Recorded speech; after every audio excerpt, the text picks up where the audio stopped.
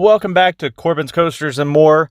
Today is more on Halloween Horror Nights at Universal Studios Orlando. If you didn't see part 1, it was posted yesterday. Just go ahead and click on that one. You don't have to watch them in any order, though. That one explains more of my experience and my overall review of the event. This one is just rating each scare zone and each house that I went to. So, as I said on yesterday's video, you can't get any video of the actual houses.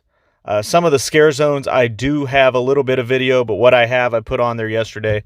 It was my first time going to HHN, and I was with my fiance and didn't really have time to film. Even as a pass holder, you have to pay after the first time. So I only got the one free ticket and the one chance to go. So I wasn't going to spend all of my time and energy filming when I was trying to get have actual fun going. So this is going to be less video and more me just talking and telling you how each one is.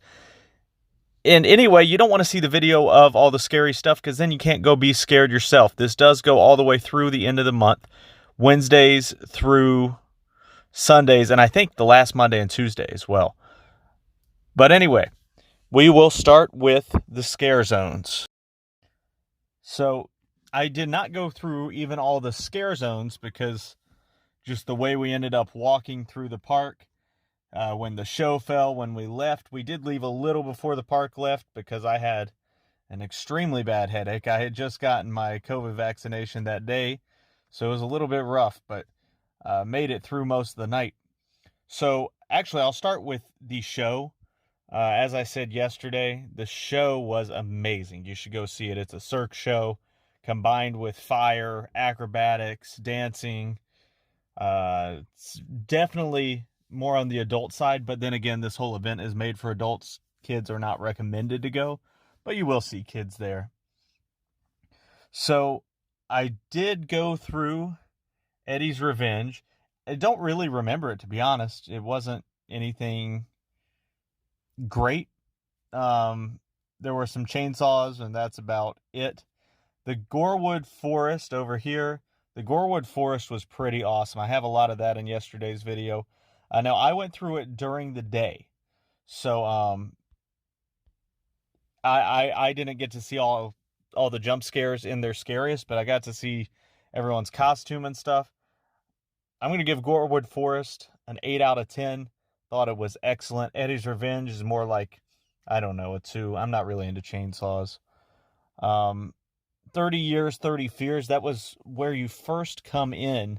This one was more for photo ops and wasn't really all that scary. But I liked it. I thought it was cool that you got to really see very, very close without having to worry about getting scared. I'm going to give it a 5 overall. I mean, it wasn't scary at all, like I said, but it wasn't supposed to be. Supposed to be just kind of the introduction, nice loud rock music. And then I did not see the Crypt at all. That is the one where if you walk through Hollywood, you get it. So it really doesn't get you anywhere. So I didn't walk through there. Seek and Destroy, absolutely, I give that one a 10. It was really weird. Aliens come to Earth to take over, and they're taking tributes. They literally get tributes onto the stage. There are some scare actors out, but most of them are, again, not jumping at you, but it's more of just kind of creepy more than anything. And you know what? I just remembered Crypt. This is Crypt TV. I actually did walk through this. So the one I didn't walk through was the one with Chucky, which isn't on here for whatever reason. Crypt TV, I still wouldn't give, I mean, I'd give maybe a 3 out of 10. Just because not only was it not scary, the theme didn't make sense to me, and maybe that's because I've never been to HHN. It's probably something, because this was 30 Years, 30 Fears. So a lot of the stuff was looking back on the last 30 years, and it was kind of like inside jokes, but it was inside scares. So nobody jumped out at you at all on Crypt TV. There were some people walking around very zombie-like, but it wasn't what I would call scary at all, actually. So yeah, Seek and Destroy was the best scare zone, and Gorwood Forest definitely worth going through. You're going to go through 30 Years, 30 Fears because it's right there at the front, and the other two are extremely skippable.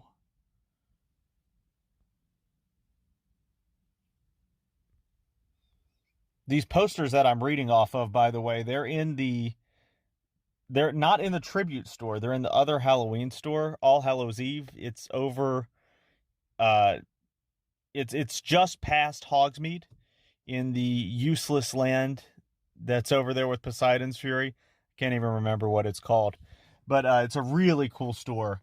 I will put a little bit of the footage from the store in here. Some of it was at the beginning of the video as well. So these are all the houses. Now, there are a couple I didn't go to. I did not go to Puppet Theater. There's something cool about that, as I heard there's some popcorn scents in there, and part of it's outdoor, because that one does close with thunderstorms, which the rainy season's pretty much over, so you won't have to run into that, I don't think. I also did not go through the Wicked Growth, and I wanted to. It's about a pumpkin lord who takes over. I guess there's some rotten pumpkin smells in there too. Kind of interesting. And I didn't go through Texas Chainsaw Massacre because, like I said, I have literally no interest in chainsaw stuff. It never had a long line. Nobody really seemed to think it was great, if we're being honest. So I went through all the others either this year or last. So I'll start with the ones that I went through last year. And I do remember them because until last year, I hadn't been to a haunted house in about 7 or 8 years. So I definitely remember them pretty vividly. They had 2 last year. They didn't do HHN, but they had 2 houses that they did last year as kind of a preview. Sorry, we can't do the whole event. But they did bring them both back. So one of them was The Bride of Frankenstein Lives. This one is their classic monster house. They have one every year. I thought it was pretty scary. There was definitely a theme. It was a familiar theme. You know, most people know the story of Frankenstein, The Bride of Frankenstein. It's kind of classic. It was very, very dark. I would say the darkest out of all of the haunted houses, other than maybe Hill House. So I'd say it was pretty scary. Not a great storyline. Doesn't interest me anyway, but a lot of people like the classic monsters. I'll give that one a 7. Revenge of the Tooth Fairy, I thought, was really clever. It is my favorite one out of all of them. So you're going through this house, and you're going through the pages of a storybook, and there is a very clearly spoken, well-spoken narrator reading your way through the rooms. You actually hear the story as you go, and part of what makes it great too is the story. If you're listening to it, it diverts your attention from what's going on in front of you. So when people jump out at you, they do get you. The only thing I didn't like about it is the goriness of the masks, and it was all the same. They were all these people with giant mouths with their jaw broken. I think there could have been a little more variety there. But then again, you are going through a storybook about a specific character. So anyway, I'm giving it a 10. I thought it was excellent. I thought it was scary. I thought it was fun. There was the story element, which I really enjoyed. Now let's go to one that has a story element, supposedly. Case Files Unearthed, Legendary Truth. Now, this is another one that, not having been to the previous 29 HHNs, might have been why I didn't care for the story or didn't know the story. It's a very film noir scene, or at least it's what they advertise it as. Some of it is, some of it isn't. There's some rooms you go through that don't have anything scary at all in it. No actors.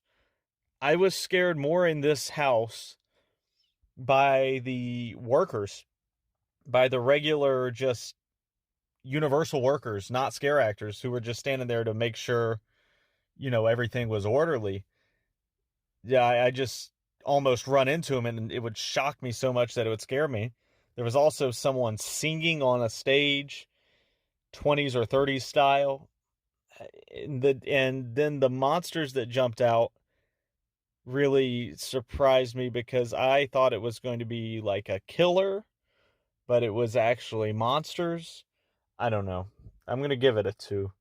There was some scary parts to it, but it just didn't make sense. And if you're going to put a storyline on something, I say the same thing with some Cirque shows, Cirque du Soleil especially. If you're going to do a storyline, you need to make it a clear storyline. Otherwise, just don't put the story in there at all. Which brings me to Scary, Horror in the Heartland. This is another one that's a compilation of older stuff. I guess that Cary is the town where a lot of these haunts happen. Cary, Illinois, I think it is. It might be Iowa. I think it's Illinois. But there's a lot of creepy stuff. And this one did the best job of telling you, so at HHN, you're walking in a single file line. So on most of these houses, if you're looking forward, you can see someone else jumping. You know where the jump scare is going to be. This one, there were a lot of rooms where there was a jump scare on the right. So you're looking over there because you know something's going to pop out. But there's also something on the left. Scary also had the most actors that were not behind glass.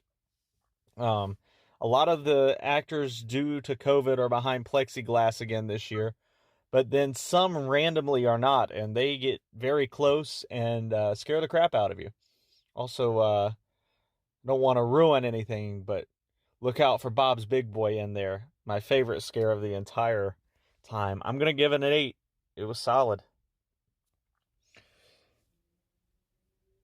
Then we'll go to the 3, in my opinion, that are the most looked forward to this year. At least these are the 3 that were really hyped up to me. So I'm going to start with The Haunting of Hill House. This is based off of a Netflix show. A lot of you know. I had never seen it. They were showing previews in the queue, so you kind of got an idea of what the show was. Obviously, if you have Netflix, you can watch it before you go. Not really my kind of show anyway. But they took a lot of the stuff from the show and put it in the house, including the woman floating over you, which is what's on all the previews. This one had a lot of really dark elements. It had a lot of really loud music, a lot of distraction, and a lot of scares that changed places. It also had the best special effects by far. There's actually, like in one spot, the actors behind plexiglass, which usually is very obvious, but this one looked like wallpaper until the actor came out and scared you. So The Haunting of Hill House, if nothing else, just for production value, it gets a 9. Beetlejuice, I talked about this a little on part 1 of this video. Beetlejuice was not scary. I expected at some point for there to be some big jump scares, and there's a couple, but they're more like fun, like someone jumping out and laughing at you, or like a big, huge mask from the movie coming out at you, or one of the Tim Burton characters just like sliding or gliding out towards you. There's a spot, where it looks like you're getting bigger, the room's getting smaller. I do wish they did a little more like funhouse mirrors and stuff if they were going to make this funhouse style like they did. I do also like that Beetlejuice greets you as you're walking in, and there are talking Beetlejuices throughout the house. One thing I will say, though, is Beetlejuice is probably the shortest of all of the houses I went through. It was not very long. It's hard to rate this one 1 to 10 because it doesn't fit with the rest. I do like it. I almost feel like it could be a permanent installment, a permanent walkthrough attraction at Universal Studios, and it would fit better than it did at HHN because it's not really all that Halloween-y either. It's about Beetlejuice. Anyway, I'm going to give it a 6. I thoroughly enjoyed it. I did. But my fiance, who was with me, thoroughly hated it. because she said it was boring because, well, she didn't get scared. And that brings me to the most anticipated of the year, at least the most hyped up, in my opinion. I live here. This is the one I heard the most about. The Icon's House, which brought back all 7 of the hosts from previous Halloween Horror Nights. These are all creations just for HHN, but they are basically an IP at this point. So it's something really neat. I wish I had known more about the characters. I researched a lot about Jack the Clown just because that was like the main focus of this year. Actually saw him on a golf cart going around the park earlier in that day. It's been the same actor for like 30 years, and he actually goes around Orlando and scares people in town. It's a really cool character. I expected a lot more out of this house than I got. I thought it was too bright. It wasn't scary. It was more storyline based. And each character, the story was clear enough. Like, you got that the director was directing a movie, you got that the surgeon was doing surgery, but each one only had about 3 rooms. So as soon as you were starting to figure out what's going on, now you're in another room or within a whole nother story. So I didn't like the incohesiveness. Now, I did get one of the scariest, creepiest things that happened to me there.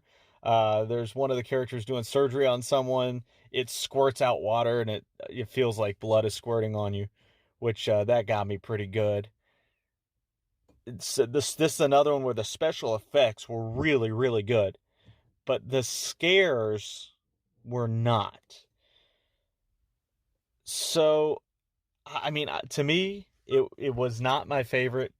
It was actually close to my least favorite. I'll still give it a 4.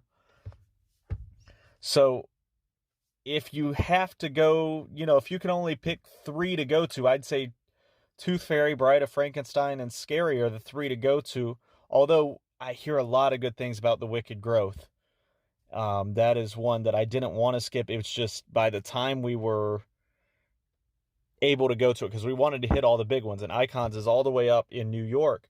The Wicked Growth is all the way in the back of the park. And at this point, it was 1 o'clock in the morning. Well, it was midnight, and the park closed at 1. And with the Wicked Growth all the way in the back, we didn't want to walk half a mile just to go to one more house. But I hear good things about it. Oh, Haunting of Hill House. I forgot about that one. So that's my ranking. The best was Revenge of the Tooth Fairy, then The Haunting of Hill House, then Scary, which was the biggest surprise out of all of them. Bride of Frankenstein Lives, Beetlejuice, and then the skippables are the Icons and Case Files. And from what I hear, Puppet Theater is also pretty skippable. But don't take my word on that one. So I hope you enjoyed this. I know it wasn't very video strong.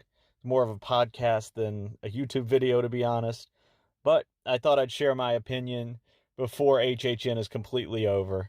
That way, if you go, you know what to spend your time on. Thanks for watching Corbin's Coasters and More.